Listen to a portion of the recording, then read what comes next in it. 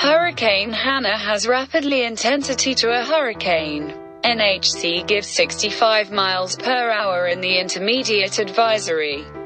From my analysis, it is now 120 kilometers per hour and the pressure of 985 hectopascals.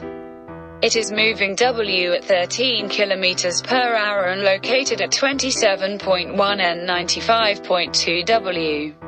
The wind field is nearly normal and an eye is developing.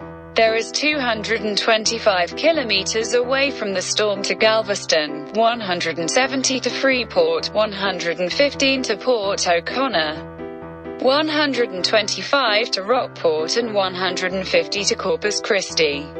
Sea surface temperature is still very warm, which keeps 30° until landfall.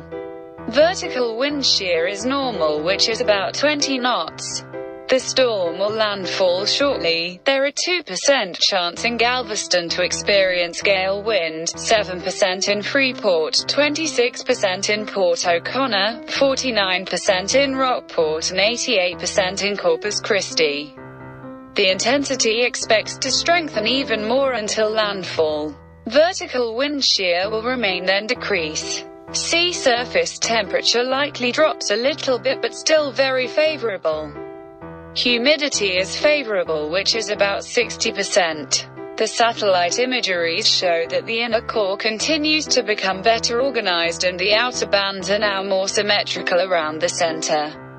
Besides, an eye is trying to form and a still lot of convection is blowing up. Forecast that it will rapidly intensify and will landfall in the next 12 hours. Who lives Texas that near the coast should aware of the storm coming later today. Finally, thank you for watching this video.